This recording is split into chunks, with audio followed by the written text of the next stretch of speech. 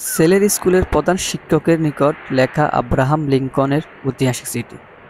মাননীয় মহাশয়, আমার পুত্রকে জ্ঞান অর্জনের জন্য আপনার কাছে প্রেরণ করলাম। তাকে আদর্শ মানুষ হিসাবে গড়ে তুলবেন, এটা আপনার কাছে আমার বিশেষ দাবি। আমার পুত্রকে অবশ্যই শিখাবেন সব মানুষই ন্যায়পরায়ণ নয়, সব মানুষই সত্যনিষ্ঠ নয়।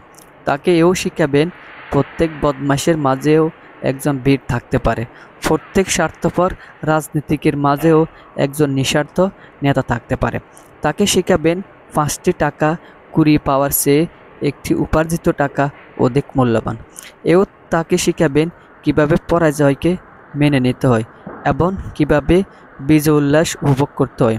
হিংসা থেকে দূরে থাকার শিক্ষাও তাকে দিবেন। যদি পারেন নীরব হাসির গোপন সৌন্দর্য তাকে শিখাবেন।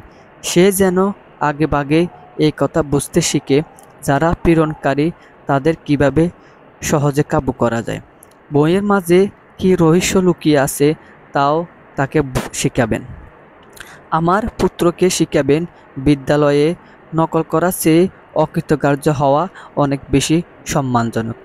নিজের উপর তার যেন সুমহান আস্থা থাকে, এমনকি সবাই যদি সেটাকে ভুলও মনে করে। তাকে শিখাবেন ভদ্রলোকের প্রতি ভদ্র আচরণ করতে, কঠোরদের প্রতি কঠোর হতে।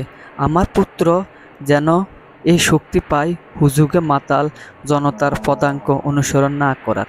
সে যেন সবার কথা শুনে এবং তা সত্যের পর্দায় চেকেন, যেন ভালোটাই শুধু গ্রহণ করে। এ শিক্ষাও তাকে দিবেন। সে যেন শিখে দুঃখের মাঝে কিভাবে হাসতে হয়, আবার কান্নার মাঝে লজ্জা নেই, এই কথা তাকে বুঝতে শিখাবেন। যারা নির্দয় নির্মম তাদের সে যেন ঘৃণা করতে শিখে আর অতিরিক্ত আরাম আয়েশ থেকে সাবধানে থাকে। আমার পুত্রের প্রতি সদয় আচরণ করবেন, কিন্তু সোহাগ করবেন না, কেননা আগুনে পুড়ে ইস্পাত খাঁটি হয়।